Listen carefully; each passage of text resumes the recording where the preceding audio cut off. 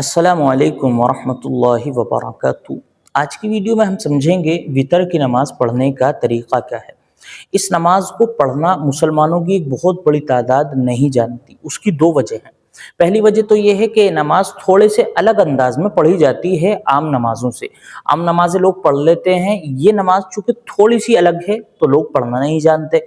और दूसरी बड़ी वजह है गैर मुक़ल्लिदीन हज़रात, यानी जो अपने आप को अहले हदीस कहते हैं, जिनको हम आमीन वाले भी कहा करते हैं।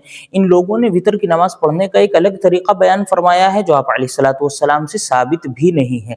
तो उसको लेकर आवाम में, आम लोगों में थोड़ी सी कन्फ्यूज़न हो गई है कि आखिर वितर की नमाज़ पढ़ने का सही तरीक़ा है क्या। तो इंशाअल्लाह तफ़सील के साथ बोर्ड पर हम ये बात समझेंगे कि वितर की नमाज़ पढ़ने का तरीक़ा सही जो है वो क्या है। सबसे पहले समझिए कि वितर की रकात नमाजों में 3 रकातें हुआ करती हैं। पहली रकात में और दूसरी रकात में, तीसरी रकात में क्या फ़र्क है ये इंशाअल्लाह हम समझेंगे। एक रकात, दूसरी रकात और ये है तीसरी रकात। पहली रकात में जब आप और हम नियत बांधकर खड़े होंगे तो सना पढ़ेंगे।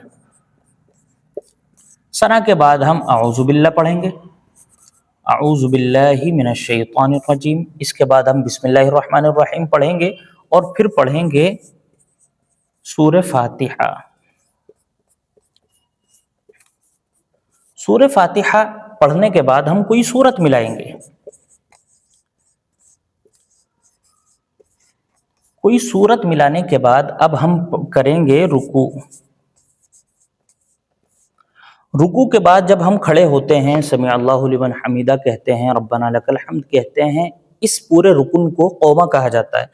तो रुकू के बाद हम कौमा करेंगे और कौमे के बाद हम सीधा अल्लाहु अकबर कहते हुए सजदे में चले जाएंगे और दोनों सजदे कर कर फारिग हो जाएंगे और अब जो है दूसरी रकात के लिए खड़े हो जाएंगे। दूसरी रकात बिल्कुल इसी अंदाज में पढ़ी जाएगी, बस अऊज़ु बिल्लाह नहीं पढ़ना है, सना नहीं पढ़ना है। सूरह फातिहा पढ़ेंगे बिस्मिल्लाह पढ़ने के बाद।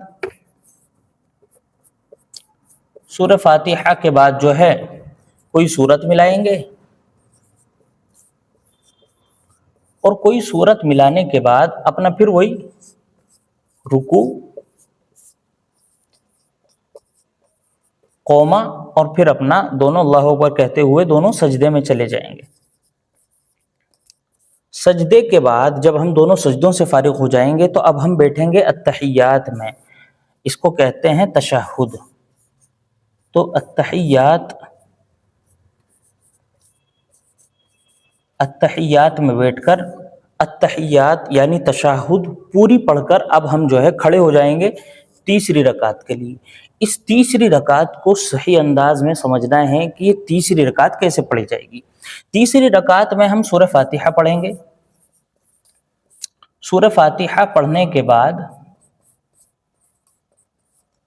कोई सूरत मिलाएंगे। कोई सूरत मिलाने के बाद जब हम फारिग हो जाएंगे कोई सूरत मिलाकर, तो अब हमें रुकू में नहीं जाना, बल्कि ये सूरत पूरी करने के बाद अल्लाहु अकबर कहते हुए कानों तक हाथ उठाएंगे और दोबारा बांध लेंगे। अब क्या करना है, अब जब ये सूरत हमने पढ़ ली, अल्लाहु अकबर कहते हुए हाथ भी बांध लिए, अब हम जो है रुकू में जाने से पहले पढ़ेंगे दुआए कुनूत।